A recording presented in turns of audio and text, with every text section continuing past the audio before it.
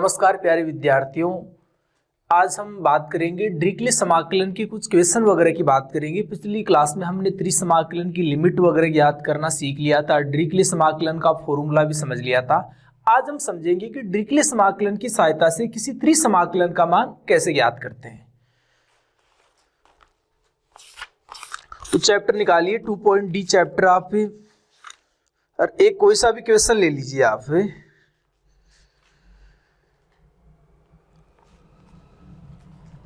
देखो हम बात करें 11वां, जैसे 12वां, 13वां, 14वां किसी भी क्वेश्चन की बात करें। जैसे हमने क्वेश्चन नंबर 14 ले लिया। 14 क्या दे रखा है, सो दैट आपको प्रदर्शित करना है ट्रिपल इंटीग्रेशन दे रखा है v x की पावर l माइनस 1, y की पावर m माइनस 1, z की power n minus 1, dx dy और dz। हमें सिद्ध करना है a की पावर l, b की पावर m, c की पावर n और 8 यहां से दे रखा है gamma l/2, gamma m/2, gamma n/2 upon gamma है अपने पास गामा दे रखा है 1/2 l plus m plus n plus 2, ये दे रखा है अपने पास। ये हमें प्रूव करना है। और जहां समाकलन का क्षेत्र v क्या है बताइए। क्षेत्र v एक धनात्मक अष्टांश दे रखा है। 3D में आप जानते हो ऑक्टेंटिव होता है। धनात्मक अष्टांश में दीर्घवृत्तज का आयतन है। दीर्घवृत्तज का आयतन है और वो दीर्घवृत्तज दे रखा है एक्स स्क्वायर अपॉन ए square plus y square upon B square plus z square upon सी स्क्वायर लेस देन इक्वल 1। ये दे रखा आपके पास क्वेश्चन। ये एग्जाम में क्वेश्चन आ गया कि सो दैट जहां वी ये है आपके पास। तो आप एक काम कीजिए, देखो इसको कैसे प्रूव करोगे वो ध्यान से समझिए आप। देखो एक तरीका तो आपके पास क्या है, एक तरीका तो ये है कि आप धनात्मक अष्टांश का आप जानते हैं कि हमें 3D में 8 होते हैं अष्टांश के। तो हम जो फर्स्ट होता है, फर्स्ट क्वाड्रेंट क्या होता है, धनात्मक होता है। फर्स्ट क्वाड्रेंट क्या होता है, धनात्मक होता है 3D में, और तो फिर पॉजिटिव नेगेटिव वाले कॉम्बिनेशन के रूप में चलते रहते हैं। तो एक तो तरीका है कि एक्स वाई जेड, क्योंकि धनात्मक अष्टांश की बात हो रही है तो तीनों की लिमिट कहां से स्टार्ट होगी, 0 0 से स्टार्ट होगी। और जेड की लिमिट हमें पता है एक्स वाई के पदों में आती है, तो जेड का मान यहाँ से लेस देन इक्वल है, इसको बराबर में चेंज करो और जेड का मान एक्स वाई के पदों में निकालो और यहाँ रखो। वाई की लिमिट एक्स के पदों में आती है, जेड वाले को 0 कर दो और यहाँ एक्स वाई वाले से वाई का मान एक्स के पदों में निकालो और यहाँ रख दो। और फिर एक्स की लिमिट आपको पता ही है कांस्टेंट आती है, वाई जेड को 0 कर दो, एक्स का मान ए आएगा वो यहाँ रख दो, क्योंकि नेगेटिव वाली एक्स का मान प्लस माइनस ए आएगा। लेकिन धनात्मक अष्टांश को बोल रहा है तो आपको 0 से ए लिमिट लेनी है, धनात्मक वाली नेगेटिव साइड आपको नहीं जाना। एक तरीका तो ये है। लेकिन आपको पता है जेड की लिमिट आप ऐसे वाई की लिमिट एक्स की लिमिट रखोगी, क्वेश्चन बहुत ज्यादा लेंथी हो जाएगा। एक चीज नोट कर लेना, कभी ये लेस देन इक्वल 1 दे रखा हो ना, तो आप ऐसे क्वेश्चनों को आप डिरिचलेट समाकलन से भी कर सकते हैं। क्योंकि डिरिचलेट समाकलन कहाँ काम करता है, एक तो त्रिसमाकलन होना चाहिए और एक लेस देन इक्वल 1 वगैरह होना चाहिए, वहां डिरिचलेट समाकलन काम करता है। तो हम बात करें, देखो सबसे पहला है कि हम समाकलन को किसके बराबर मानोगे आप, आई के बराबर। समाकलन क्या दे रखा है, ट्रिपल इंटीग्रेशन v x की पावर l माइनस 1, y की पावर m माइनस 1, z की power n minus 1, dx dy और dz। और लिख दीजिए जहां समाकलन का क्षेत्र, समाकलन का पूरा लिख दीजिए क्योंकि आप प्रूफ करवा रहे हो आप। जहां समाकलन का क्षेत्र v धनात्मक जो अष्टांश है आपके पास में दीर्घवृत्तज का आयतन है, में दीर्घवृत्तज का क्या है, आयतन है। और दीर्घवृत्तज का समीकरण क्या है वो बताइए। एक्स स्क्वायर अपॉन ए square plus y square upon B square plus z square upon सी स्क्वायर लेस देन इक्वल 1, जहां समाकलन का क्षेत्र ये आपके पास। अब देखो आपको क्या करना है, इस क्वेश्चन को सॉल्व करना है। तो अभी बताइए आप डिरिचलेट समाकलन लगा सकते हैं क्या? तो मैं थोड़ा सा यहाँ आपको समझा देता हूं। डिरिचलेट समाकलन में मैंने क्या बात समझाई थी कि डिरिचलेट समाकलन कब काम करता है, कोई दिक्कत नहीं, त्रिसमाकलन तो होना चाहिए वो, लेकिन वहां v क्या था, धनात्मक स्टांक था। v वहां क्या था, एक्स वाई के मान ग्रेटर देन इक्वल 0 थे, एक्स वाई जेड के मान। देखो एक चीज याद रखना कि हमेशा डिरिचलेट समाकलन के द्वारा धनात्मक अष्टांश में ही त्रिसमाकलन का मान निकलता है। किसमें निकलता है? क्योंकि डिरिचलेट समाकलन का जो मैंने फॉर्मूला लिखाया था वहां v जो समाकलन का क्षेत्र v था, वहां एक्स वाई वहां भी एक्स वाई जेड वहां भी क्या थे, greater than equal 0। X Y Z greater than equal 0 होता है, इसकी बात हो रही है कि धनात्मक अष्टांश की बात हो रही है, कि जो हम लिमिट ले रहे हैं वो कौन से अष्टांश की ले रहे हैं, धनात्मक की ले रहे हैं। तो यहां भी अपने को दीर्घवृत्तज की जो लिमिट लेनी है, हमें इस दीर्घवृत्तज का पूरे पर त्रिसमाकलन का मान नहीं निकालना, ओनली धनात्मक अष्टांश में जो दीर्घवृत्तज बनेगा उसी वाले क्षेत्र पर हमें इस त्रिसमाकलन का मान ज्ञात करना है।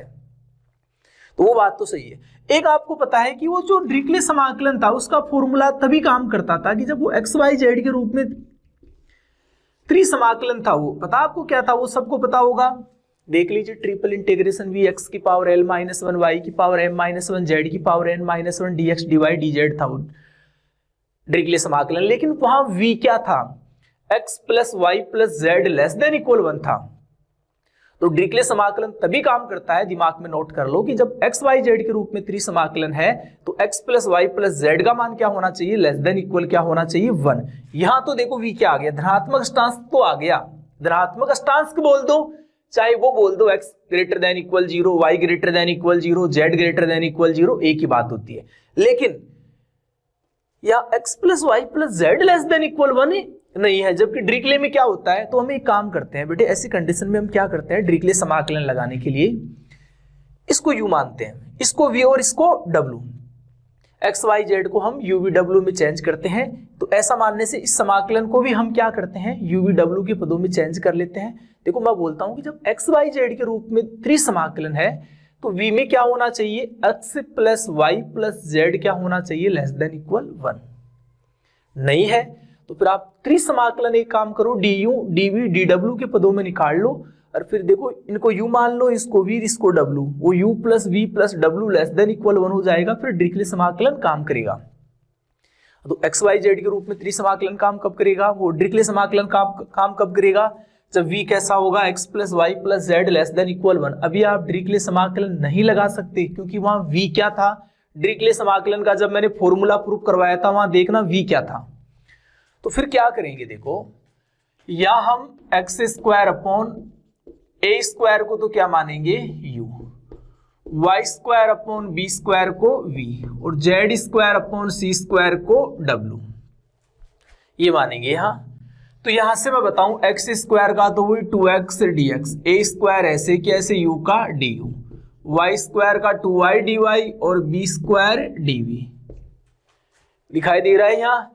जेड स्क्वायर का क्या आएगा, 2z dz और सी स्क्वायर dw, बोल देता हूं दिखाई भी नहीं दे रहा है, हो जाएगा वो तो आप समझ गए कि एक्स स्क्वायर ऐसे कैसे, वो एक्स समाकलन अवकलन ही होता है, समाकलन में मानने के बाद तो एक्स स्क्वायर का तो 2x dx, ए स्क्वायर कांस्टेंट है, u का du, अभी मान रख देना है समाकलन में, जो आपके पास समाकलन है उसमें मान रख दो आप।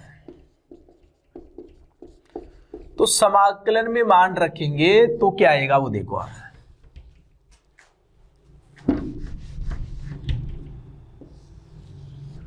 i बराबर क्या होगा वो समझो आप। देखो आपने एक्स वाई को यूवी डब्ल्यू के पदों में माना है, तो पूरे समाकलन को आप यूवी डब्ल्यू में चेंज कर दो आप। एक्स की जगह तो क्या मानोगे आप, यहां से बताइए, एक्स का मान यहां से सबको पता है ये आएगा,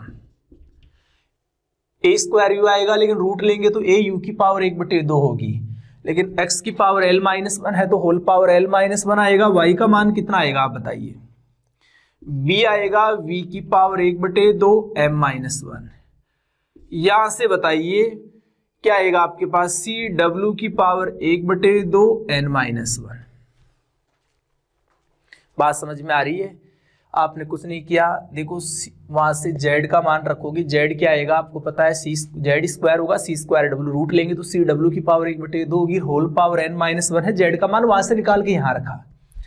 अब देखो इनको x y z को आपने u v w में चेंज कर दिया, तो फिर dx dy dz को भी आप किसमें कन्वर्ट कर दो, du dv और dw में कन्वर्ट कर दो आप। तो यहां से बताइए dx का मान क्या होगा, a² du upon 2x, dy का मान क्या होगा, b² dv अपॉन 2y, और dz का मान c² dw अपॉन 2z आएगा आपके पास dz का मान। तो एक काम करो ना आप, यहां से हम बात करें, देखो इसको हम ऐसे लिख देते हैं, देखो डायरेक्ट ही बात को समझो, यहां पावर एक एक कम कर देते हैं, देखो l ही कर देता हूं, यहां भी l और यहां भी, बात को समझो। देखो यहां इस समाकलन में मान रख रहे हैं, तो मैं इसको एक काम करता हूं, l-1 कम नहीं ज्यादा करनी पड़ेगी पावर 1 अपने को, क्योंकि अपॉन में आएगा ये, तो l-2 लेना पड़ेगा आपको, क्या लेना पड़ेगा, l- से m-2 बढ़ाना पड़ेगा। देखो मैंने क्या किया, अंश और हर को, बात को समझो, मैं अंश और हर को मैं किससे गुणा कर रहा हूं, अंश को भी एक्स वाई जेड से और हर को भी एक्स वाई जेड से। तो अंश में जो एक्स वाई जेड आएगा तो एक्स dx बनेगा, उसका मान मैं यहां से a² du अपॉन 2 रख दूंगा। अंश को मैं एक्स वाई जेड से गुणा कर रहा हूं तो y dy आएगा, उसका मान मैं b² dv अपॉन 2 रख दूंगा। z dz आएगा, उसका मान c² dw अपॉन 2 रख दूंगा। लेकिन नीचे एक एक्स वाई जेड बचेगा, ऊपर जाके क्या बनाएगा वो x की पावर -1, तो 2 होगा। तो यहां से यदि आप डायरेक्ट आप दिमाग लगा सकते हो तो a² b² और c² और 8 और du dv और dw। बात को समझिए, समझ गए होंगे आप। कुछ नहीं है, देखो आपने ऊपर नीचे एक एक्स वाई जेड से गुणा किया है, तो ऊपर वाला x dx y dy z dz का मान ये रख दिया, a² b² c² du dv dw, 2 और 2 भाग में आएगा 8 हो जाएगा, और नीचे x आएगा, ऊपर जाके l-2 m-2 n-2 बनाएगा x y z, वो तो आप रख दोगे। इतना दिमाग तो आप लगा सकते हो कि सर आपने कैसे किया है। देखो यहां से ट्रिपल इंटीग्रेशन v, मैं यदि इसको सॉल्व करूं तो मैं डायरेक्ट ही बता देता हूं आपको। देखो क्या आएगा, a की पावर कितनी आएगी, l-2, और ये a की पावर 2, तो a की पावर कितना बचेगा l, b की पावर m-2 आएगा, लेकिन 2 है b की पावर तो b की पावर m ही बचेगा, ये c की पावर कितना बचेगा, n ही बचेगा आपके पास। अरे 8, अरे यहाँ क्या दे रखा है, ट्रिपल इंटीग्रेशन v। देखो u की पावर देखो कितनी है, यहां से मेरे को बताइए, l/2 और -1 है।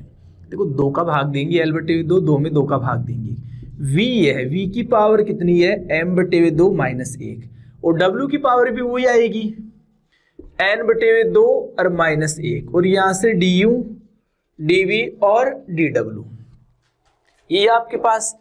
और जहां समाकलन का क्षेत्र, मैं लिख देता हूं, समाकलन का क्षेत्र v क्या है मेरे को बताइए,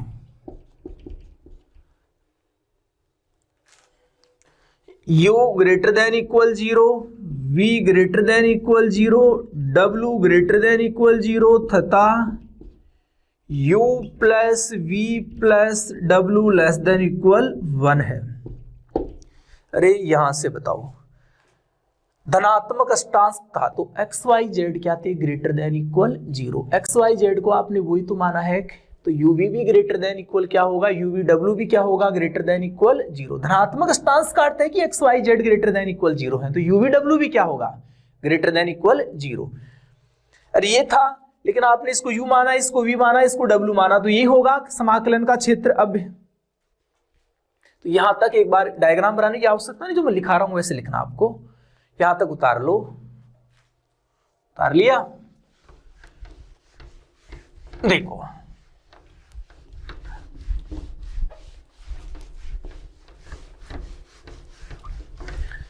अब यहां से आप लिख देना, अब लिख देना अतः डिरिचलेट समाकलन से, क्या आप डिरिचलेट समाकलन लगा सकते हो? मैं बोल रहा हूं कि आप लगा सकते हो, क्योंकि डिरिचलेट समाकलन जब एक्स वाई जेड के पदों में होता है तो क्या देखते हैं कि एक्स वाई जेड एक तो ग्रेटर देन इक्वल 0 होना चाहिए। देखना पिछली वाली क्लास में मैंने समझाया था, एक X plus Y plus Z क्या होना चाहिए? लेस देन इक्वल 1 होना चाहिए। ये यूवी डब्ल्यू के पदों में है आपके पास त्रिसमाकलन, त्रिसमाकलन तो होना ही चाहिए है। तो यूवी डब्ल्यू के पदों में आपके पास क्या है? त्रिसमाकलन भी है। तो यूवी डब्ल्यू के पदों में त्रिसमाकलन है तो वही एक तो यूवी डब्ल्यू का मान क्या होना चाहिए? ग्रेटर देन इक्वल 0 जो आपके पास है। एक्स वाई जेड वाली से कंपेरिजन करें तो एक U plus V plus W क्या होना चाहिए? लेस देन इक्वल 1, क्योंकि एक्स वाई जेड के पदों में होता है तो X plus Y plus Z less than equal 1 होना चाहिए। यूवी डब्ल्यू के पदों में है तो U plus V plus W क्या होना चाहिए? Less than equal 1। तो दोनों बातें दे रखी है डिरिचलेट समाकलन वाली, तो आप डिरिचलेट समाकलन लगा सकते हो। अब आप यहां साइड में लिख दो डिरिचलेट समाकलन से क्या होता है, मेरे को बताइए। डिरिचलेट समाकलन सबको पता होगा, x की पावर l माइनस 1, y की पावर m माइनस 1, z की power n minus 1, dx dy dz क्या होता है बताइए? Gamma l gamma m gamma n upon l plus m plus n plus 1। तो वही है a की पावर l, b की पावर m, c की पावर n अपॉन 8। देखो अब l का काम तो देखो जब वो एक्स वाई जेड के पदों में होता है तब ये होता है। अब हमने इसको किस में चेंज कर दिया? यूवी डब्ल्यू के पदों में। अब एक्स का काम कौन कर रहा है? यू, वाई का काम वी और जेड का काम डब्ल्यू। जब एक्स की पावर एल माइनस 1 होती है तो गामा एल लिखा जाता है। अब यू की पावर देखोगे, अब यू की पावर बताओ एल बाई 2 माइनस 1 है, एल की जगह क्या है? एल बाई 2 है, तो यहां भी क्या आएगा? एल बाई 2 आएगा। Gamma L by 2 gamma M by 2, यही है एल एम एन की जगह L by 2 M by 2 N by 2, और अपॉन में क्या है? L by 2 plus M by 2 plus N by 2 और प्लस 1। देख लेना वो क्या है? हेंस प्रूव्ड इति सिद्धम। ये आपको सिद्ध करना था। ये कौन सी साइड आ गई आपके पास? RHS आ गई। यही तो दिखाना था आपको। तो 1/2 कॉमन ले लो यहां से, l plus M plus N plus 2 आ जाएगा वो। तो समझ जाना आप, दिमाग में रखना डिरिचलेट समाकलन कब काम करता है? जब x plus Y plus Z क्या होना चाहिए? लेस देन इक्वल 1 और X Y Z greater than equal 0 और त्रिसमाकलन होना चाहिए। तो वही हमने देखो त्रिसमाकलन है, लेकिन वो x plus Y plus Z less than equal 1 नहीं था, वहाँ एक्स स्क्वायर अपॉन ए square y square upon B square z square upon सी स्क्वायर था। तो हमने उनको यूवी डब्ल्यू माना और फिर ये आ गया अपने पास। अब देखो v यहाँ UV W greater than equal 0 भी है और ये भी है, तो आप डिरिचलेट समाकलन लगा सकते हो। दिमाग में रखना कि अब यूवी डब्ल्यू है तो एक्स वाई जेड का काम कौन कर रहा है? यूवी डब्ल्यू कर रहा है। जब x की पावर l माइनस 1 आती है तो गामा l लिखा जाता है। जब अब u की पावर l बाई 2 माइनस 1 आ रही है तो l का काम कौन कर रहा है? l बाई 2 कर रहा है। ये तो अक्षर होते हैं, lmn की जगह तो कुछ भी आ सकता है ना। अब जैसे यहाँ l by 2 m by 2 n by 2 आ गया, तो ऐसे ही करना है। अब कुछ बातें मैं बुक में समझा देता हूं। जैसे देखो 12वां और 13वां है, 12वां और 13वां जो क्वेश्चन है उसमें संपूर्ण दीर्घवृत्तज दे रखा है। 12वां और 13वां क्वेश्चन है वो भी कौन से फॉर्मूले से होगा? सेम टू सेम इसी की 2 कॉपी है। वही एक्स स्क्वायर अपॉन ए स्क्वायर को U, Y square upon B square को क्या मानना पड़ेगा? वी, और जेड स्क्वायर अपॉन सी स्क्वायर को क्या मानना पड़ेगा? डब्ल्यू। वो डिरिचलेट समाकलन से होगा, लेकिन डिरिचलेट समाकलन से धनात्मक अष्टांश का ही मान निकलता है। ये संपूर्ण दीर्घवृत्तज बोल रहा है तो लास्ट में 8 से गुणा और करवा देना। ओके, ये इसी प्रकार के आपकी क्या दे रखे हैं? ये एग्जाम्पल वगैरह दे रखे हैं, आप स्टडी करोगे इनकी एक एक की। फिर भी यदि कोई दिक्कत आती है आप पूछ सकते हो 2.d चैप्टर में। जैसे एग्जाम्पल 5 पे यूवी डब्ल्यू मान के देखो, घबराना मत एक तो आप क्वेश्चन को देखकर कभी भी। जैसे एग्जाम्पल 5 पे वहां एक्स वाई जेड धनात्मक है, धनात्मक दे रखे हैं एक्स वाई जेड, तो 8 से गुणा करने की आवश्यकता नहीं। यदि वो संपूर्ण की में पूछे तो आपसे हमें पता है डिरिचलेट के द्वारा एक धनात्मक अष्टांश का ही मान निकलता है। कंप्लीट अष्टांश की बात हो रही है, 3D में 8 होते हैं टोटल, तो टोटल के लिए हमें 8 से गुणा करना पड़ता है 3D में। तो क्वेश्चन वगैरह दे रखे हैं, एक बार समझना इन चीजों को आप, एग्जाम्पल वगैरह, क्योंकि जो मैंने समझाया उससे आप प्रत्येक क्वेश्चन प्रत्येक एग्जाम्पल सॉल्व कर सकते हो। ओके, तो ध्यान दीजिए, क्वेश्चन यहीं से पूछता है एग्जाम में, एक एक बात को समझना है। अब देखो हम लेके चलते हैं यूनिट नंबर 5।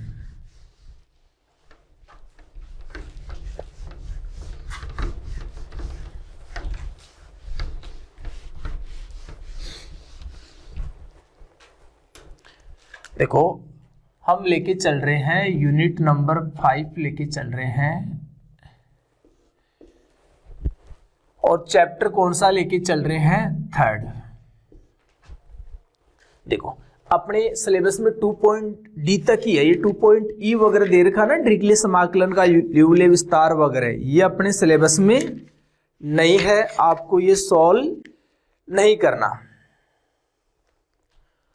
अब देखो हम क्या पढ़ेंगे, एक्सरसाइज 3rd में क्या पढ़ोगे आप? समतल वक्रों द्वारा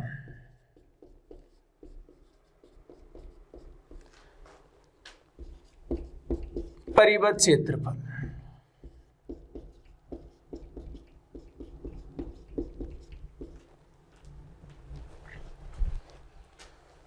देखो हम जो बाउंडेड एरिया पढ़ेंगे, परिबद्ध क्षेत्रफल पढ़ेंगे, किनके द्वारा? जो प्लेन कर्व होते हैं उनके द्वारा जो बाउंडेड एरिया होगा वो हम, जैसे आपके पास कोई समतल वक्र होंगे, समतल वक्र की कहने का वक्र ऐसा XY तल की बात है ना, समतल वक्र XY तल में कोई वक्र होगा, उनके द्वारा कोई परिबद्ध क्षेत्र होगा, हम उसका क्षेत्रफल ज्ञात करना चैप्टर 3rd में सीखेंगे। जैसे दे दिया कि एक वक्र दे दिया y बराबर x और x बराबर 1 और x बराबर 2, इनके द्वारा परिबद्ध क्षेत्र का आप क्या निकालो? क्षेत्रफल। कुछ भी दे देगा xy के रूप में, आपके पास कोई वक्र का समीकरण देगा और कुछ न कुछ कंडीशन देगा, हमें उन जो कंडीशन वगैरह दे रखी हैं उनमें जो परिबद्ध क्षेत्र होगा हमें उसका क्या ज्ञात करना है? क्षेत्रफल ज्ञात करना है। तो सबसे पहले मैं बताता हूं आपको, वक्र y बराबर fx, x बराबर a, x बराबर b तथा x x से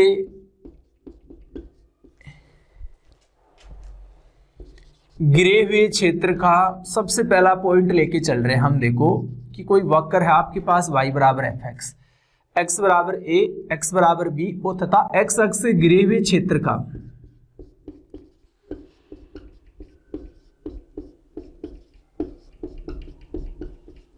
हम क्षेत्रफल ज्ञात करना सीखेंगे।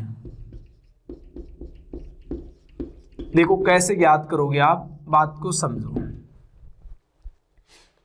तो हमें ये ज्ञात करना है, तो हम कैसे ज्ञात करेंगे? सबसे पहले देखो आपको, देखो सबसे पहले तो यहां जो दिया गया वक्र है वो कैसा आएगा? यहां जो दिया गया वक्र है ये कन्फर्म है, क्योंकि संतत होगा ही, वरना डायग्राम बेटेगा नहीं आपसे। यहां दिया गया वक्र है वो y बराबर fx है, वो कैसा है? संतत है।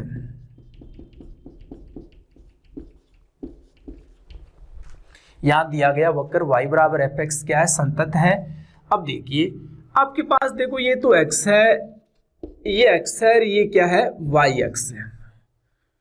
ये बात आपके पास, अपने पास एक तो क्या दे रखा है? वक्र दे रखा है, कौन सा? y बराबर fx। ये हमने मान लिया y बराबर fx। हमें बोल रहा है x बराबर a, तो हमने ये मान लिया x बराबर a। हमें बोल रहा है x बराबर b, तो हमने मान लिया ये x बराबर, थोड़ा सा और घुमा दो आप इसको, ये हमने मान लिया, थोड़ा सा आगे मानिए, ये हमने मान लिया x बराबर b। ये अपने को पता है x x है, तो गिरा हुआ क्षेत्र कौन सा हो गया? a b c d है। ये होगा। हमें इस क्षेत्र का क्या निकालना है? y बराबर fx, x बराबर a, x बराबर b और x अक्ष के द्वारा जो गिरा हुआ क्षेत्र है a b c d होगा। हमें इसका क्या निकालना है? क्षेत्रफल ज्ञात करना है। यहां दिया गया वक्र y बराबर fx संतत है तथा वक्र y बराबर fx, x बराबर a, x बराबर b तथा एक्स अक्ष से परिबद्ध क्षेत्र, एक्स अक्ष से परिबद्ध क्षेत्र कौन सा है? ABCD है, ABCD है।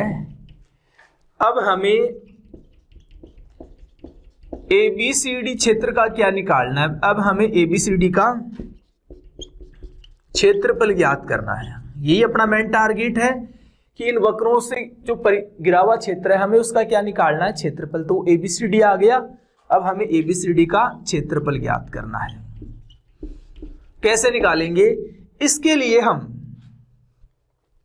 देखो, अब हम क्या करते हैं, अब हम क्षेत्र जो ABCD है, देखो हम क्या करते हैं, सबसे पहले अल्पांश ले लेते हैं। हमें ABCD का क्षेत्रफल निकालना है, तो हम क्या करते हैं, जो ABCD आपके पास रीजन है, क्षेत्र है, इसमें एक अल्पांश ले लेते हैं। और वो अल्पांश हमने क्या ले लिया, अब हम क्षेत्रफल ABCD में एक अल्पांश PQRS लेते हैं। जैसे हमने अल्पांश क्या ले लिया, PQRS लेते हैं, अल्पांश ले लिया है, जहां P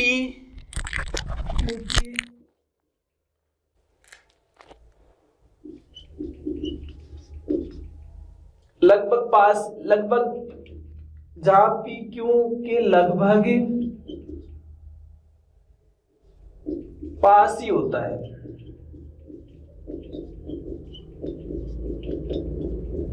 एक मिनट उतारो आप,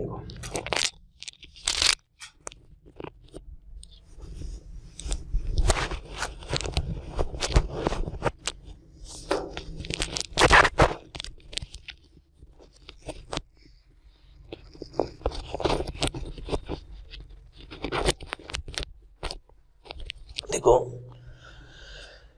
देखो हम एक अल्पांश PQRS लेके चल रहे हैं। अल्पांश हमने माना, देखो ये P है, ये जैसे हमने मान लिया, जैसे यहां मान लो आप, ये P हमने माना, ये Q, ये R और ये इनको लिखने की आवश्यकता नहीं है ना।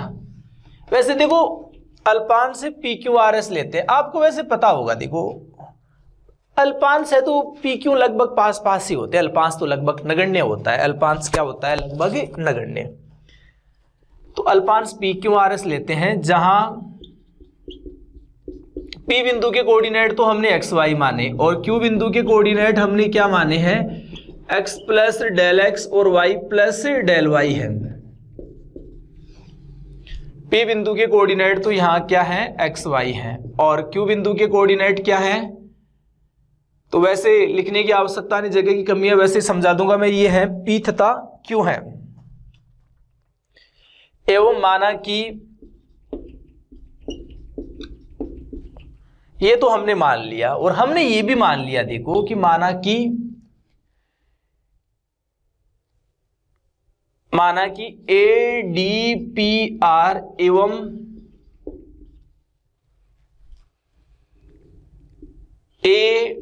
ADQS के क्षेत्रफल, देखो ये भी हमने मान लिए, ये थोड़ा सा मानना पड़ेगा, क्रमशः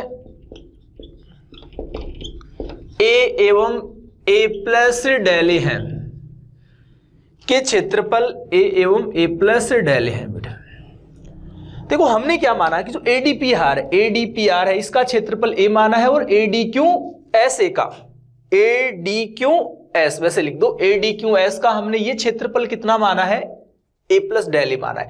कहने का अर्थ इसका क्षेत्रफल A माना है। इसके अकॉर्डिंग कहने का अर्थ ये हुआ कि हमने अल्पांश का क्षेत्रफल डेल A माना है, जो अल्पांश PQRS लिया है, क्योंकि इसका A है और इसका A प्लस डेल A है, तो अल्पांश का क्षेत्रफल कितना हो गया, डेल A है। कहने का अर्थ ये हो गया, माना कि ये क्षेत्रफल क्रम से ये है, अतः जो अल्पांश PQRS है, जो अल्पांश आपके पास से हमने अल्पांश PQRS का क्षेत्रफल भी मान लिया, क्योंकि ये जो माना है इसके अकॉर्डिंग अल्पांश PQRS का क्षेत्रफल क्या होगा, डेल A होगा। अल्पांश PQRS का क्षेत्रफल क्या होगा, डेल A होगा। देखो एक बार यहां तक वीडियो रोक के उतार लो आप,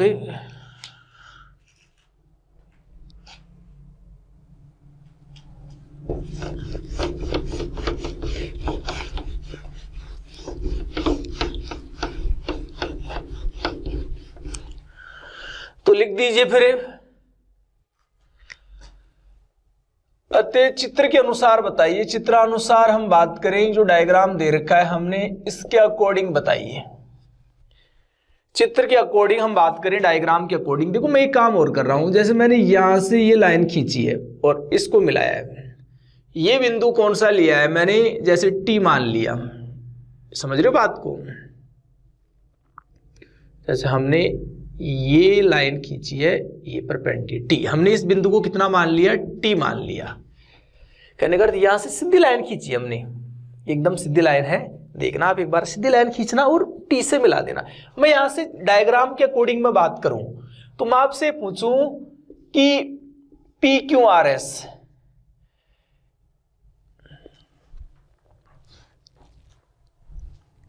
पी क्यू थोड़ा सा ऐसे ही देखो, एडीपीआर है, एडीपी क्यू आर उधर मान लो, एस इधर मान लो, थोड़ा सा वो दिख जाए अच्छा सा। देखो पी क्यू आर एस, जो पी क्यू आर एस है तो फिर यहां भी चेंज करना, पी क्यू आर एस लेते हैं वहां। अब हम क्षेत्रफल एबीसीडी में एक अल्पांश पी क्यू आर एस लेते हैं, जहां पी क्यू के निर्देशांक ये हैं, एवं माना कि एडीपीआर एडीपीएस होगा। अब समझ रहे हो मेरी बात, क्यों लिया भी समझाते हैं। और एडी क्यू आर के क्षेत्रफल क्रम से, थोड़ा वो क्रम से रहे, पी क्यू आर एस।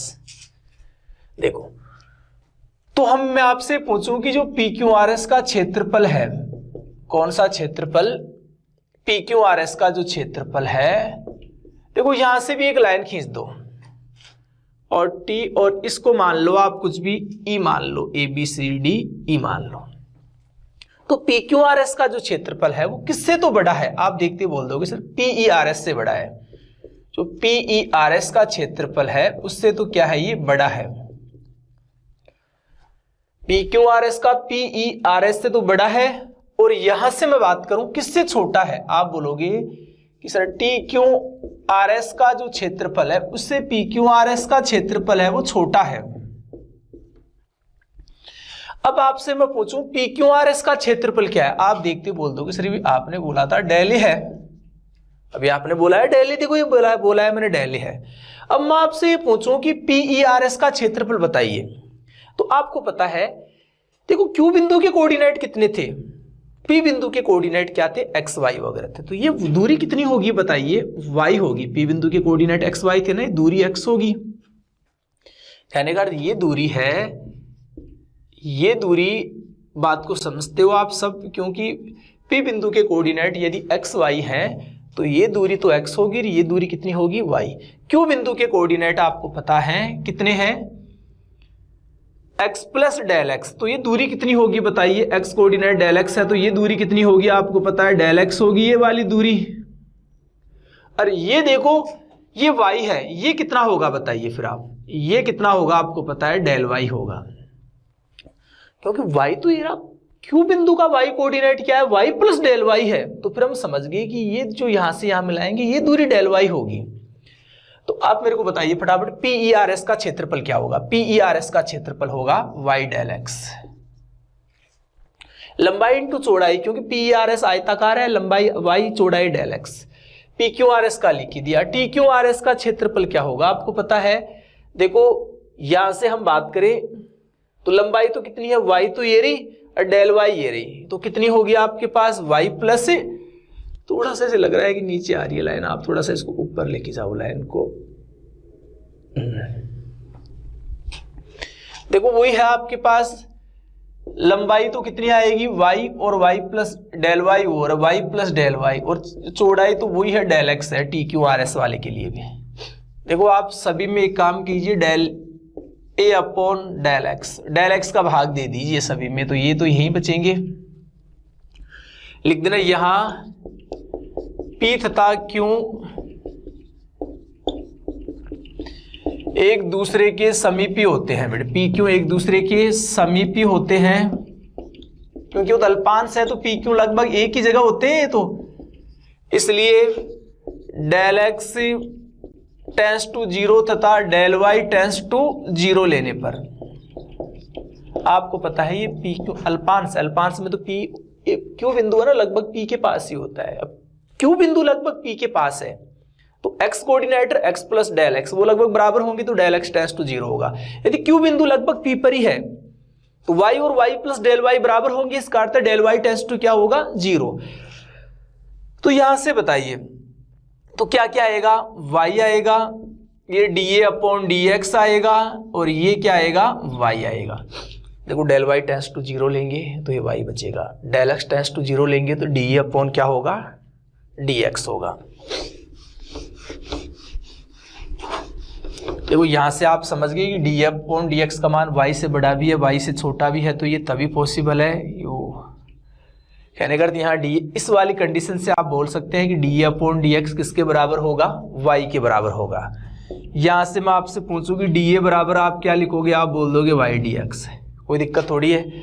यहां से मैं आपसे पूछूं जैसे आप इधर आप समाकलन कर रहे हो x बराबर a से x बराबर b तक है, x की लिमिट आप a से b ले रहे हो, आप कहने का आप देखो डी ए है, इधर x की लिमिट a से b ले रहे हो तो इधर भी आपको क्या लेनी पड़ेगी a से b लेनी पड़ेगी। समझो बात को। देखो dA का समाकलन क्या होता है a होता है और लिमिट क्या है a से b और इधर क्या है y dx a से b। देखो अब यहां से बताइए,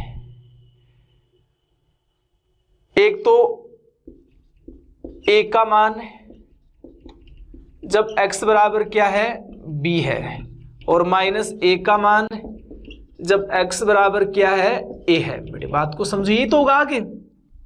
एक बार तो आप देखो ये तो है, यहाँ से बराबर होगा y dx होगा a से b तो dA का a होता है।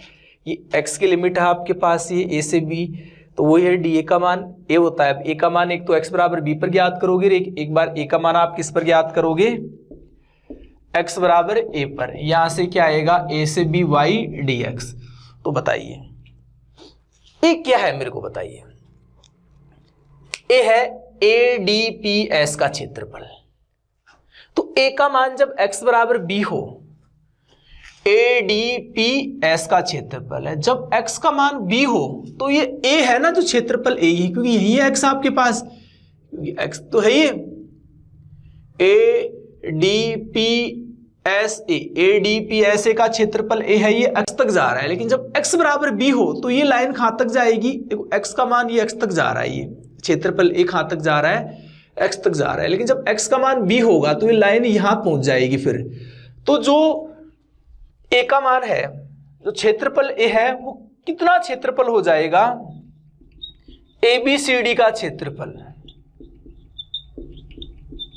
माइनस क्षेत्रफल a ये है। जब x बराबर b होगा तो ये लाइन है यहां चली जाएगी, तो यहां चलते ये क्षेत्रफल a किस में कन्वर्ट हो गया ABCD के क्षेत्रफल में। अब क्षेत्रफल a का मान जब x बराबर क्या हो a हो, a का मान x का मान a आते ही तो ये लाइन यहां पर आ जाएगी यहां से, क्योंकि यहीं पर x का मान a है स्मॉल a। अरे x तक की लाइन जा रही है, x बराबर a होगा तो ये लाइन यहां तक आ जाएगी, तो क्षेत्रफल a कितना हो जाएगा 0 हो जाएगा। बात को समझना। तो ये a से b y dx, तो ये ABCD का क्षेत्रफल आ गया। फॉर्मूला दिमाग में रखना, क्या है a से b y dx, क्या है ABCD का क्षेत्रफल क्या है a से b y dx। ओके, तो याद रखना ये किनके द्वारा गिरा हुआ क्षेत्र का क्षेत्रफल आया है, वक्र y बराबर fx, x बराबर a, x बराबर b और yx के द्वारा गिरे हुए क्षेत्र का क्षेत्रफल क्या है y dx आया है। और a से b लिमिट आई है क्योंकि x बराबर a से कहां तक था वो x बराबर b। तो वीडियो को रोक के उतार लो आप आराम से। देखो एक दो फॉर्मूले हो रहे हैं, उनको और समझो आप पे।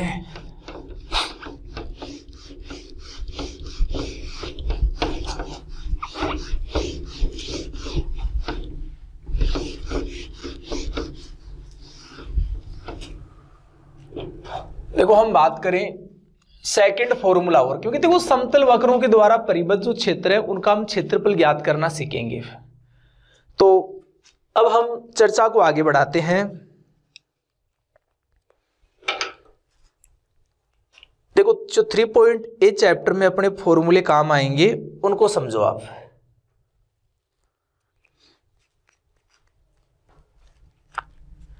सेकंड फॉर्मूला है कि वक्र x बराबर एफ वाई, y बराबर c, y बराबर d तथा y x से परिबद्ध है।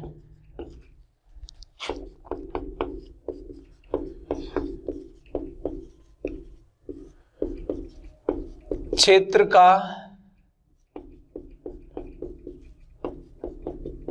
क्षेत्रफल ज्ञात करना।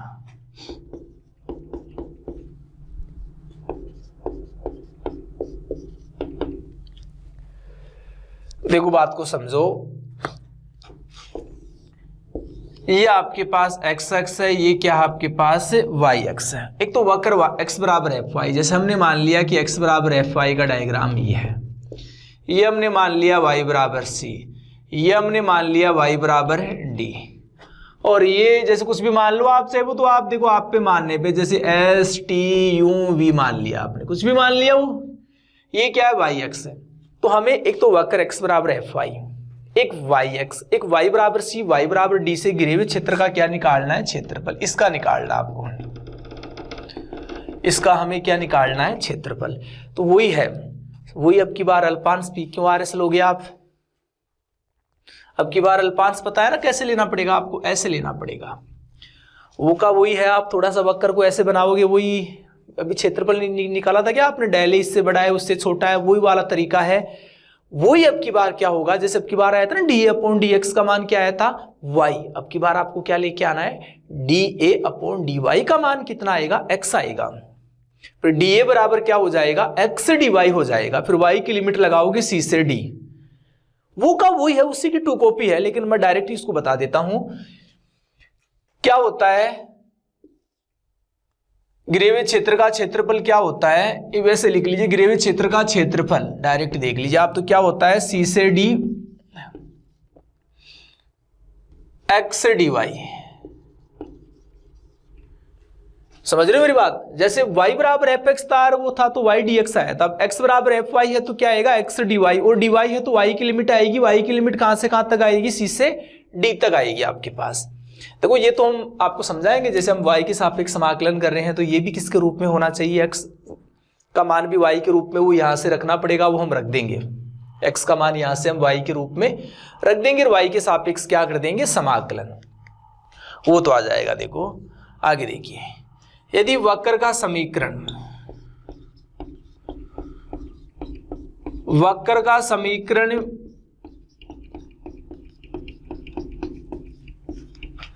प्राचलिक रूप में हो, यदि वक्र का समीकरण प्राचलिक रूप में हो, अर्थात x बराबर एफ टी, y बराबर एफ टी,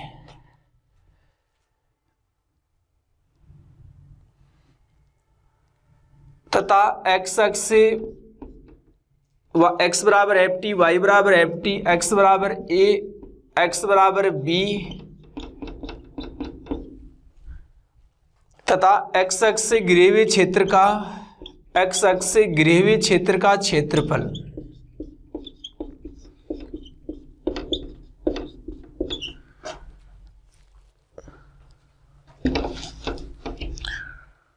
देखो x बराबर एफ टी, वाई बराबर एफ टी, टी बराबर टी वन, टी बराबर टी टू, टी के रूप में आएगा फिर, तथा x अक्ष से घिरे हुए क्षेत्र का क्षेत्रफल देखिए आप कैसे निकालोगे, आप उस बात को ध्यान से समझिए, वही होता है बेटे। देखो यहां से क्या होगा, देखो x अक्ष से घिरे हुए क्षेत्र का क्षेत्र, देखो ये दिमाग में रखना कि वक्र y बराबर एफ एक्स और x अक्ष से घिरे हुए क्षेत्र का क्षेत्रफल क्या होता है, y D X, Y X, और वो वक्र x बराबर एफ वाई से घिरे हुए क्षेत्र का क्षेत्रफल क्या होता है, x डी वाई।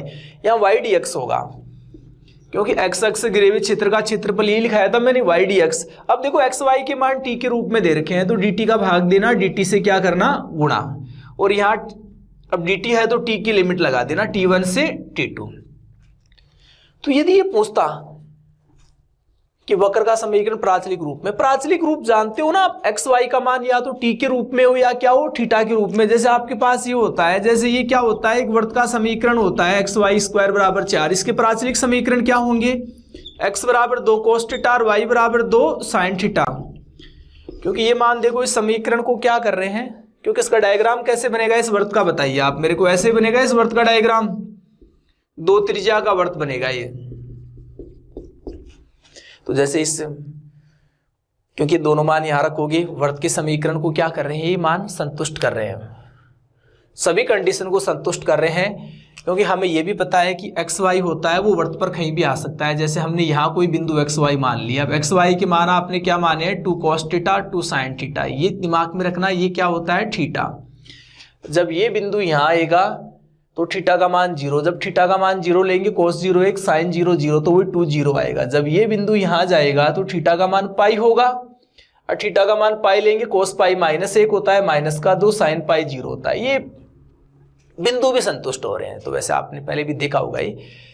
तो जैसे एक्स वाई के मान या तो टी के रूप में होते हैं या एक्स वाई के मान थीटा के रूप में होते हैं, तो उन समीकरणों को हम क्या बोलते हैं, प्राचलिक समीकरण बोलते हैं। अभी क्वेश्चनों में चर्चाएं हम इसके बारे में करेंगे।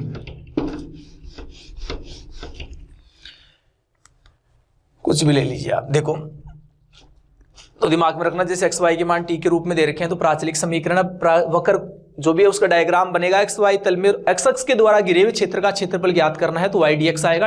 एक्स वाई का मान टी के रूप में दे रखा है तो डी का भाग देना, डी से गुणा। यदि एक्स वाई का मान थीटा के रूप में दे रखा है, मैंने भी बोला है ना प्राचलिक समीकरण में एक्स वाई के मान थीटा के रूप में भी आ सकते हैं, तो जब एक्स वाई का मान थीटा के रूप में दे रखा हो तो डी थीटा का भाग देना, डी थीटा से आप क्या करना, गुणा करना, और थीटा की लिमिट यहाँ आई जाएगी फिर। ओके, दोनों को उतारो, x बराबर एफ वाई और वाई एक्स से घिरे हुए क्षेत्र का क्षेत्रफल याद रखना क्या होता है, एक्स टी वाई। ये प्राचलिक रूप वाला भी याद रखना आप। ओके, उतार लिया आपने।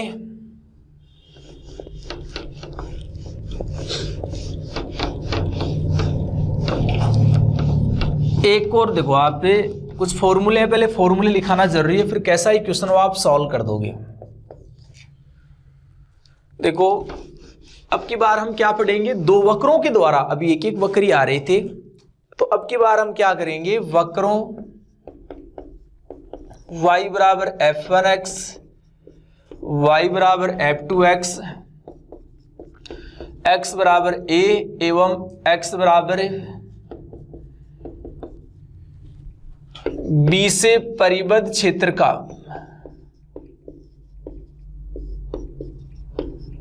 क्षेत्रफल क्या होता है वो समझो आप, डायग्राम के द्वारा समझो। क्या बोलना चाह रहे हैं कि 2 वक्र हैं आपके पास, एक तो y बराबर f1x है, एक क्या है, जैसे ये तो हमने मान लिया y बराबर f1x है, एक क्या है y बराबर f2x है, और हमने ये भी मान लिया कि वो एक दूसरे को कहाँ काट रहे हैं, x बराबर a और x बराबर b पर काट रहे हैं। वो कहाँ काट रहे हैं, x बराबर a और x बराबर b पर काट रहे हैं। कहने का अर्थ यह x का मान a है, यहाँ x का मान क्या है, b है। तो हमें इन वक्रों के द्वारा जो परिबद्ध क्षेत्र है उसका हमें क्या निकालना है, क्षेत्रफल इस वाले का। तो एक काम कीजिए, यहां से आप लाइन खींच दीजिए, एक देखो यहां से भी लाइन खींच दीजिए आप, ये x का मान यहाँ a है, यहाँ x का मान b है। हमें आपको पता है ना कौन से का निकालना है, दोनों वक्रों के द्वारा परिबद्ध, हमें इस वाले का निकालना है। तो हम एक काम करते हैं, इसको नाम दे देते हैं a, यहां से मान लीजिए b, c, d, e और f। तो हम एक काम करते हैं, इसके लिए आपको क्या करना पड़ेगा, a, b, c, e, d का क्षेत्रफल, ये करना है, b है यहां, ये a, b, c, e, d का क्षेत्रफल है। उसमें से आप एक काम कीजिए, a, f, c, e, d का क्षेत्रफल घटा दो, आ गया वो दोनों वक्रों के द्वारा परिबद्ध क्षेत्रफल। a, b, c, e, d के क्षेत्रफल में से आप a, f, c, e, d का क्षेत्रफल घटा दोगे आप। अब इसको सॉल्व करेंगे, देखो a, b, c, e, d, a, b, c, e, d का क्षेत्रफल आप सबको पता है। देखो क्या होता है, ये a, b, c, e, d क्या है, एक वक्र के द्वारा और x अक्ष के द्वारा परिबद्ध क्षेत्रफल है। ये परिबद्ध क्षेत्र आपके पास। फॉर्मूला क्या आता है, वाई डी एक्स आता है। क्या आता है, ये तो पढ़ा है, वाई एक्स के द्वारा परिबद्ध क्षेत्र का क्षेत्रफल क्या आया था, एक्स डी वाई। तो वाई डी एक्स होता है, वाई का मान कितना दे रखा है बताओ, F2x है, क्योंकि इसमें ये वाली लाइन काम आएगी ना, y का मान F2x है। इस वाले का भी देखो, ये भी क्या है हमें पता है, A F C E D भी क्या है, एक वक्र के द्वारा और एक्स एक्स के द्वारा परिबद्ध क्षेत्र है। तो इसका क्षेत्रफल क्या होगा, वही वाई डी एक्स होगा, y का मान F1x dx। देखो दोनों जगह x की लिमिट तो क्या है, दोनों वालों के लिए a से b है, तो यहाँ क्या आ गया, a से b F2x और माइनस F1x और यहां से क्या आ गया, dx आ गया आपके पास, a से b F2x minus F1x dx आ गया। तो कहने का ऊपर वाले वक्र में से नीचे वाला वक्र घटा दो और समाकलन कर दो, जहां से जहां तक x का मान है वहां तक, वो क्या आ जाता है, उन दोनों वक्रों के द्वारा परिबद्ध क्षेत्र का क्षेत्रफल। पांचवा देखिए, द्विव समाकलन के द्वारा, द्विव समाकलन के द्वारा क्षेत्रफल ज्ञात करना।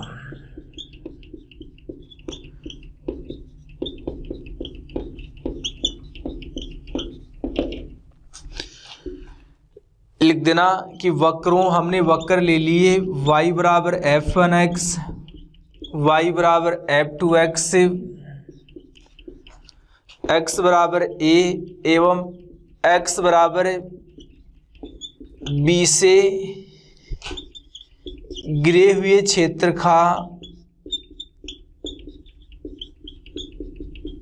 क्षेत्रफल, ये हम द्विव समाकलन के द्वारा ज्ञात करना सीखेंगे। वैसे आपको मैं बता दूं, उतार तो लिया ना आपने, उतार लेना, इसके आगे वाला उतारना मत। वैसे मैं आप इसको ऐसे भी लिख सकता हूं, dx dy, एक ही बात है, a से b F1x और F2x,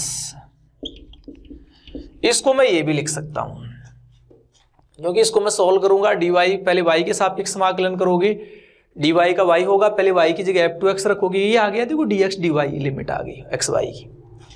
तो वही बात है कि गिरे हुए क्षेत्र का क्षेत्रफल क्या होता है, जैसे मान लीजिए आपके पास दो वक्र हैं, थोड़ी इंक डाल लेता हूं मैं एक बार, देखो एक तो फॉर्मूले हो रहे हैं, फिर देखो अभी क्वेश्चन वगैरह लेते हैं।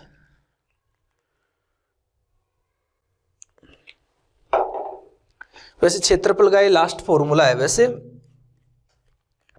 जैसे आपके पास एक तो वक्र हमने माना कि y बराबर F1x,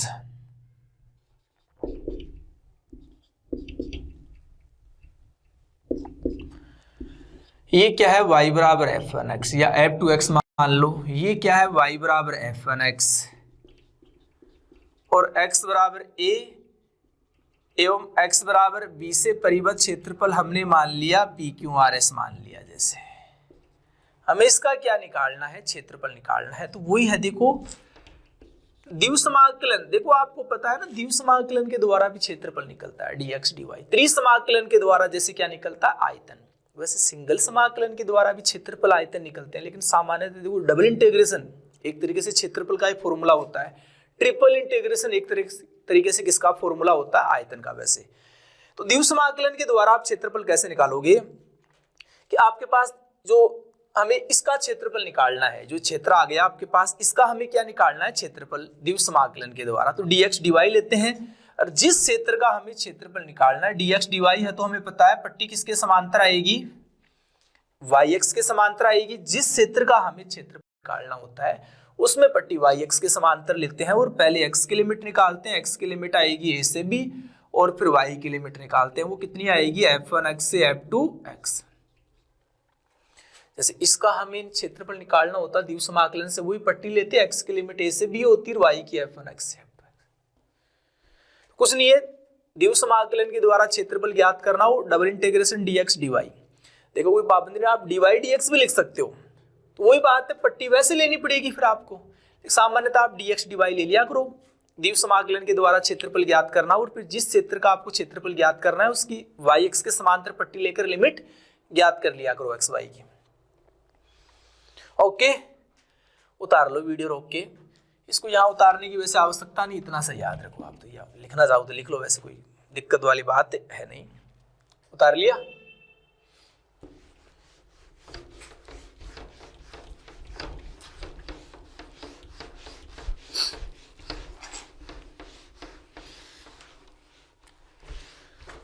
देखो और बातें आपको बताएंगे बाद में, पहले हम कुछ क्वेश्चन वगैरह की चर्चा करते हैं, जो हमने पढ़ा है उनसे क्वेश्चन वगैरह तो सॉल्व करें हम।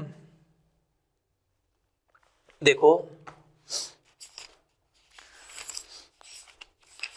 एग्जाम्पल देख लो, चाहे पहले एक दो क्वेश्चन देख लो आप इजी इजी से, फिर थोड़ा सा आपका कॉन्फिडेंस लेवल बढ़ाते हैं। सबसे पहले 3 पॉइंट ए चैप्टर निकालो। देखो वैसे इजी है सभी, हार्ड कुछ भी नहीं है।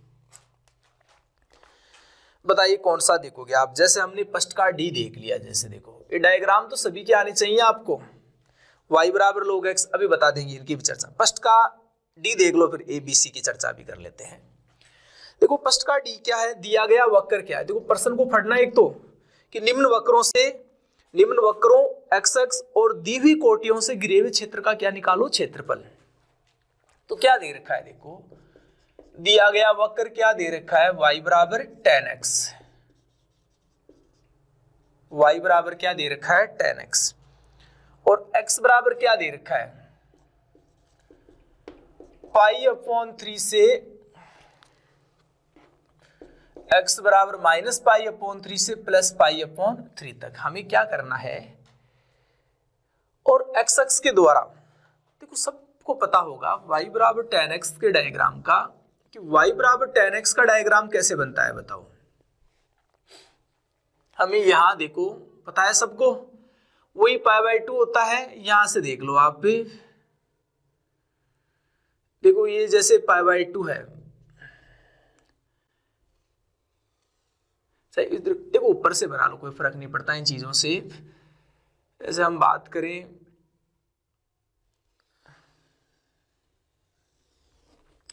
ये आपको पता होगा, लेकिन इतना नहीं चाहिए अपने को। π/2 पर होता है इनफाइनाइट, कहां होता है π/2 पर। हमें तो कहां से कहां तक चाहिए, +π/3 से कहां तक चाहिए, -π/3 तक चाहिए। देखो हमें क्या करना है, डायग्राम ये बनता है। देखो ये y बराबर 10x का डायग्राम आप जानते होंगे, 10 π/2 पर अनंत होता है, फिर आगे ऐसे बनता है, ऐसे चलता रहता है ये डायग्राम, ऐसे फिर आगे ऐसे, इधर π/2 से कहां तक बनता है, ये -π/2 तक बनता है। तो डायग्राम हमने बना दिया। हमें कहां से कहां तक चाहिए, π/, हमें बोल रहा है कि y बराबर 10x है और x बराबर -π/3 से +π/3 तक, और x अक्ष के द्वारा घिरे हुए क्षेत्र का हमें क्या निकालना है, क्षेत्रफल निकालना है। तो यहां से मेरे को बताइए आप, हमें किसका, देखो ये देखो ये y बराबर 10x की लाइन आ गई, तो y बराबर 10x, x बराबर -π/3, x बराबर +π/3, और प्रश्न को पढ़ोगे दिए गए वक्र और x अक्ष के द्वारा घिरे हुए, तो x अक्ष ये रही बेटी, तो हमें इनका क्षेत्रफल निकालना है। y बराबर 10x, एक तो x बराबर π/3, एक y बराबर 10x, x बराबर -π/3 और x x। हमें यहाँ किसका क्षेत्रफल निकालना है, OAB। तो लिख देता हूं मैं डायरेक्ट ही, अभिष्ट क्षेत्रफल। मुद्दे की बात कर लेते हैं। देखो आपको अभिष्ट क्षेत्रफल निकालना है, तो आप एक काम कीजिए, 2 इंटू OAB का क्षेत्रफल। देखो ये बराबर होंगे, जितना +π/3 पे होगा उतना ही क्या होगा, -π/3 पे होगा, आपको पता है। अब ये बताइए जो OAB का क्षेत्रफल है वो क्या है, एक वक्र के द्वारा और x अक्ष के द्वारा घिरे हुए क्षेत्र का क्षेत्रफल है, और उसका फॉर्मूला होता है x अक्ष वाले के दो, x अक्ष के द्वारा घिरे हुए क्षेत्र का क्षेत्रफल क्या होता है, y dx होता है, और लिमिट किसकी आती है, x की। तो बताइए OAB के लिए x का मान कहां से कहां तक है, 0 से π/3, 2 इंटू यहां से क्या आएगा π/3, y की वैल्यू क्या है 10x है, क्योंकि x के सापेक्ष समाकलन करना है तो y का मान x के पदों में रखना पड़ेगा, वो 10x है। अब 10x का समाकलन क्या होता है, सब जानते हैं, माइनस का लोग कोस x या प्लस का लोग सेक x होता है। 10x का समाकलन क्या होता है, ये होता है आपके पास tan sine upon cos, cos minus sine, minus का लोग कोसक से या प्लस का लोग सेक एक्स होता है, टेन एक्स का समाकलन वही है 2x की जगह पाई अपॉन 3 रखोगे तो कितना आएगा, सेक 60 का मान देखिए, देखो यही है कोस 60 का मान कितना होता है 1/2 होता है, सेक 60 का मान कितना होता है, साइन 60 का मान √3/2, कोस 60 का मान तो 2 log 2 आ जाएगा आपके पास। x की जगह 0 लेंगे, सेक 0 क्या होता है 1 होता है, log 1 का मान क्या होता है 0 होता है, तो आ जाएगा, आप सॉल्व कर दोगे वो तो कोई दिक्कत नहीं है।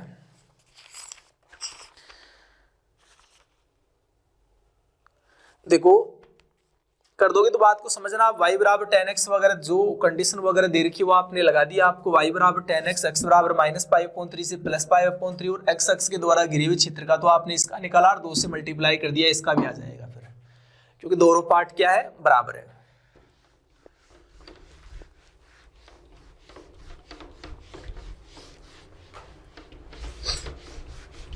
देखो जैसे हम बात करें फर्स्ट के ये दे रखे हैं, जैसे फर्स्ट का ये दे रखा है, मैं थोड़ा सा मैं तेज बता रहा हूं इनको, देखो आप एक तो दे रखा है y बराबर log x, दिया गया वक्र क्या है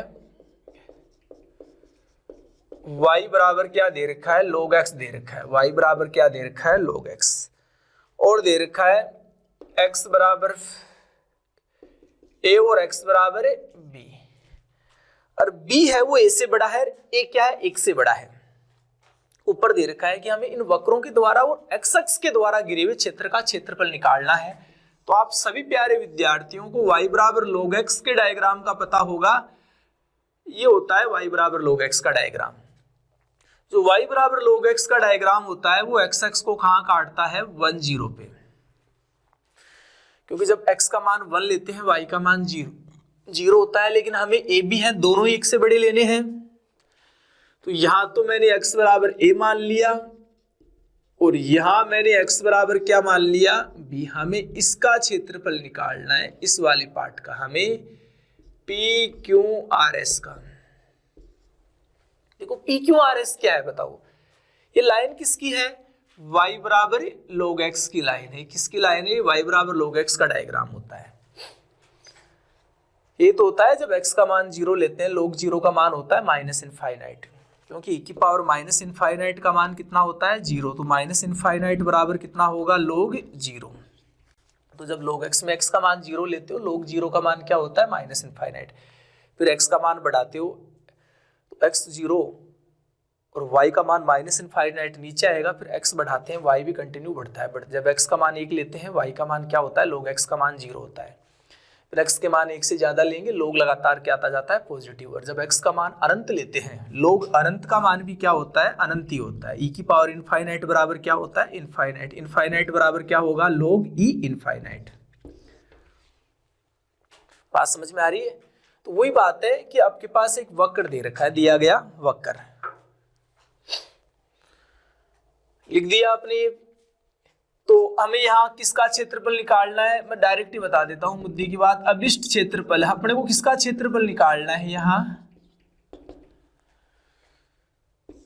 देखो x अक्ष के द्वारा घिरे हुए क्षेत्र का, x अक्ष के द्वारा बोल रहा है ऊपर, देखो लैंग्वेज पर्सन की, तो x अक्ष के द्वारा घिरे हुए क्षेत्र का क्षेत्रफल क्या होता है y dx, x की लिमिट कहां से कहां तक है a से b तक है, यहाँ y का मान कहां से लोगे, क्योंकि वक्र y बराबर log x है, तो log x से लोगे आप, ये आपको पता होगा, फॉर्मूले याद किए होंगे बुक में पीछे दे रखे हैं, log x का कैसे क्या होता है समाकलन, दिमाग में रखा करो, बता देते हैं समाकलन डायरेक्ट। देखो log x का समाकलन होता है x से log x माइनस x होता है, पता है ना, 1 को u मान के करते हो आप समाकलन, क्या होता है log x का समाकलन x log x minus x होता है, log x का अवकलन 1 क्या होता है x होता है। लेकिन ये हो गया, यहां से आप बताइए x की जगह पहले तो b रखोगे आप, तो b log b माइनस, या इसको देखो और भी सोल्व कर सकते हैं अपन, कैसे, x देखो log x और, अरे एक मिनट बेटे, देखो x को बाहर ले लीजिए कोई बात नहीं, -1 आ गया, इतना तो फिर परेशान होने की आवश्यकता है नहीं अपने को। देखो आप तो आगे x की जगह तो b रख दोगे, b log b minus b, फिर x की जगह a रखोगे -a log a और प्लस a हो जाएगा वो। कहने का अर्थ मैं ये समझाना चाह रहा था आपको कि वो जैसे हम 1 होता है ना, 1 को log e लिख सकते हैं, कहने का अर्थ x log x minus x की जगह मैं x log x upon e भी रख सकता हूँ।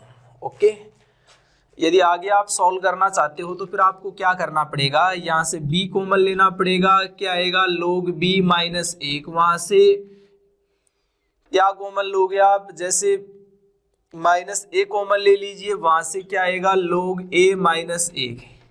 अब पता आपको बेटे यहाँ से b log b, एक को क्या लिखा जा सकता है बताइए, log e और e, ऐसे ये है अपने पास माइनस a, एक को क्या लिखा जा सकता है log a, ये log e और e,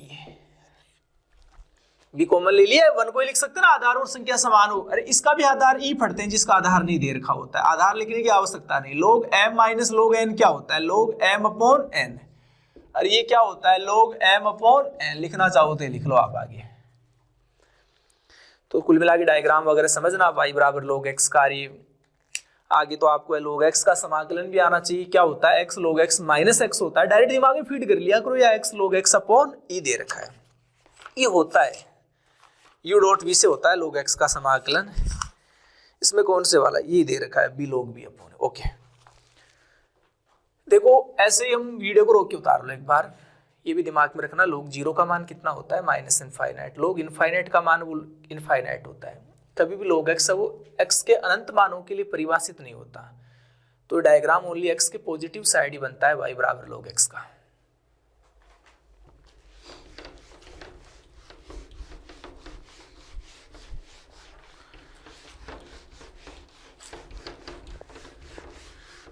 देखो ऐसे ही अपने पास क्या दे रखा है, y बराबर क्या दे रखा है, जैसे फर्स्ट का b क्या दे रखा है, y बराबर डायग्राम बता देते हैं, दिया गया वक्र क्या है बताइए आप, y बराबर दे रखा है c cos hyperbolic x upon c दे रखा है, ये दिया गया वक्र है, हमें इसका डायग्राम बनाना है। एक मिनट थोड़ी सी मैं इंक ढाल लूं इस पर,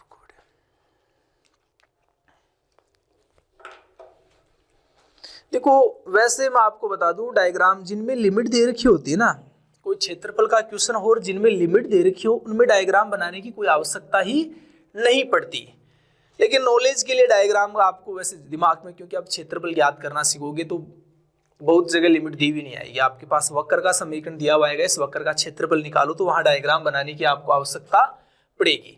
जैसे हम बात करें इसकी लिमिट दे रखी है क्या, हाँ दे रखी है, x बराबर a से कहां तक दे रखी है, x बराबर b तक दे रखी है, और a बड़ा है किससे, वो तो नीचे वाले 0 से a तक दे रखी है। देखो सुनो, मैं आपको जानकारी के लिए बता दूं इसका डायग्राम कैसे बनता है, आपको दिमाग में रखना है, कोस हाइपरबोलिक x किसको बोला गया है, मैं बार बार पहले भी मैंने बोला होगा, कोस आयोटा x को लिखा गया है, कोस hx नहीं पढ़ते, इसको क्या पढ़ते हैं, कोस हाइपरबोलिक, इसको पढ़ते हैं साइन हाइपरबोलिक x पढ़ते हैं, और किसको बोला गया है, ये minus iota sine iota x को। इन बातों को अपन काम में लेते हुए यदि कोस हाइपरबोलिक x का फॉर्मूला निकालते हैं तो वो क्या आता है, e की पावर x प्लस e की पावर माइनस x अपॉन 2, और साइन हाइपरबोलिक x का फॉर्मूला क्या निकलता है, e की पावर x माइनस e की पावर माइनस x अपॉन 2 निकलता है। तो ऐसे ही मैं आपसे बात करूं कि आप इसका डायग्राम बताओ, तो जैसे आपको मैं पूछ रहा हूं कि y बराबर c cos hyperbolic x upon c का डायग्राम बताओ, तो आप देखते बना दोगे कि सर कोस हाइपरबोलिक x का डायग्राम वो फॉर्मूला ये होता है, तो इसके अकॉर्डिंग इसका फॉर्मूला क्या होगा, e की power x upon c plus e की पावर, देखो x की जगह क्या है, x अपॉन c है, तो यहाँ x अपॉन c करना पड़ेगा, अपॉन क्या आएगा 2। देखो यहां से ये देखो कितना आ गया, xx आ गया, और ये कितना आ गया आपके पास से yx। देखो x का मान हम क्या लेंगे, अब 0 लेंगे, x का मान क्या लेंगे, देखो डायग्राम ऐसे बनाओगे, x का मान 0 लेंगे, y का मान कितना आएगा बताइए आप, c आएगा, x का मान 0 लेंगे तो y का मान कितना आएगा, देखो x का मान 0 लेंगे, e की पावर 0 1, x का मान 0 लेंगे, e की पावर 0 1, एक रे कितना होता है 2, 2 में 2 का भाग देंगे, c बचेगा। तो डायग्राम कैसे बनाओगे आप, कोस हाइपरबोलिक x अपॉन सी का ये फॉर्मूला लगा देना, ये आ जाएगा। फिर x का मान क्या लेना 0, y का मान कितना आएगा c आएगा। कंटिन्यू देखो x के मान बढ़ाना, y का मान भी बढ़ेगा और बढ़ते बढ़ते जब x का मान अनंत लोगे ना, जैसे x का मान अनंत रखो यहाँ, e की पावर माइनस अनंत तो 0 होता है, x की जगह अनंत लेंगे, e की पावर अनंत में c का भाग देते हैं तो भी अनंत, e की पावर अनंत का मान अनंत होता है तो इनफाइनाइट आएगा y का मान। जब x की वैल्यू इनफाइनाइट लोगे तो आप ऐसे x की वैल्यू आप माइनस इनफाइनाइट लोगे तब भी y का मान क्या होगा, वही प्लस इनफाइनाइट होगा। x की जगह माइनस इनफाइनाइट रखते हो आप यदि तो ये 0 होगा, लेकिन वो प्लस इनफाइनाइट, e की पावर इनफाइनाइट क्या होता है इनफाइनाइट। तो डायग्राम ये बनेगा इसका, देखो ये डायग्राम किसका बनता है, कैटेनरी का बनता है। कौन सी कैटेनरी का, इसको कैटेनरी बोला जाता है इस आकृति को, y बराबर c cos hyperbolic x upon c। तो आराम से देखना डायग्राम ये बनता है कैटेनरी का। अब देखिए हमें क्या बोल रहा है, देखो ये एक कैटेनरी दे रखा है और हमें बोल रहा है कि x बराबर 0 से x बराबर a तक है। हमें कैटेनरी, ये x बराबर 0 यहां होगा, x बराबर a होगा और y x ये होगा। हमें ABCD का क्षेत्रफल निकालना है, बात को समझना, कंफ्यूज मत होना।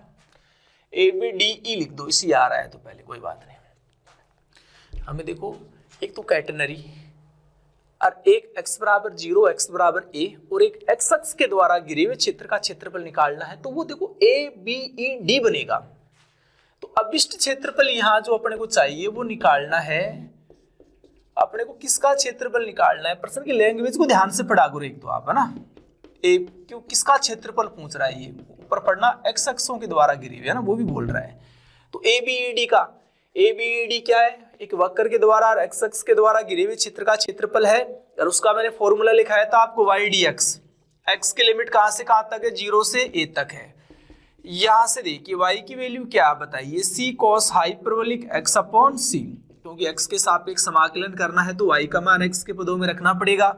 अब इसका इंटीग्रेशन करोगे तो देखो कोस हाइपरबोलिक x का समाकलन क्या हो, अवकलन या समाकलन अवकलन दोनों साइन हाइपरबोलिक x ही होते हैं। कोस हाइपरबोलिक x का समाकलन क्या होता है, प्लस का साइन हाइपरबोलिक x होता है। c भाग में है तो c कहां जाएगा आपके पास, गुणा में जाएगा तो ये c स्क्वायर होगा और ये क्या आएगा 0 से a।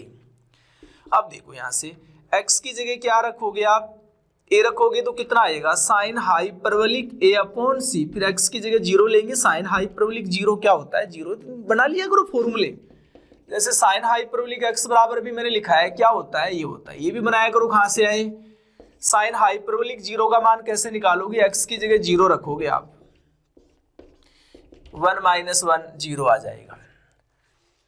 तो x की जगह एक बार a रखेंगे, एक बार क्या रखेंगे 0, तो ये आ गया आपके पास। ऐसे ही देखो अपने पास कौन सा दे रखा है, फर्स्ट का c दे रखा है। हाँ एक बार डायग्राम वगैरह बना लो आप। ये फर्स्ट का कौन सा था, बी था ये फर्स्ट का।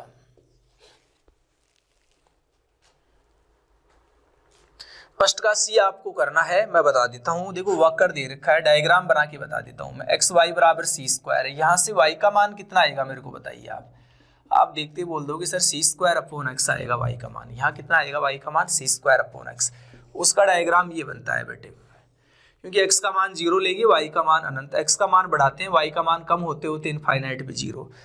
और हमें क्या करना है, ये y एक्स वाई बराबर सी स्क्वायर और ये निकालना है a क्या लेना है बड़ा, b छोटा, तो इधर x बराबर b और इधर x बराबर a। इसका क्षेत्रफल निकालना है a b c d का, तो वही हो जाएगा y dx। लिमिट कहां से कहां तक आएगी, b से a। देखना ये b छोटा है a बड़ा है, b पहले आएगा a बाद में आएगा। वही y का मान फिर रख देना ऐसे c square upon x. 1 upon x का क्या होगा, log x होगा, आगे सॉल्व कर देना। तो इसी प्रकार के क्वेश्चन दे रखे हैं।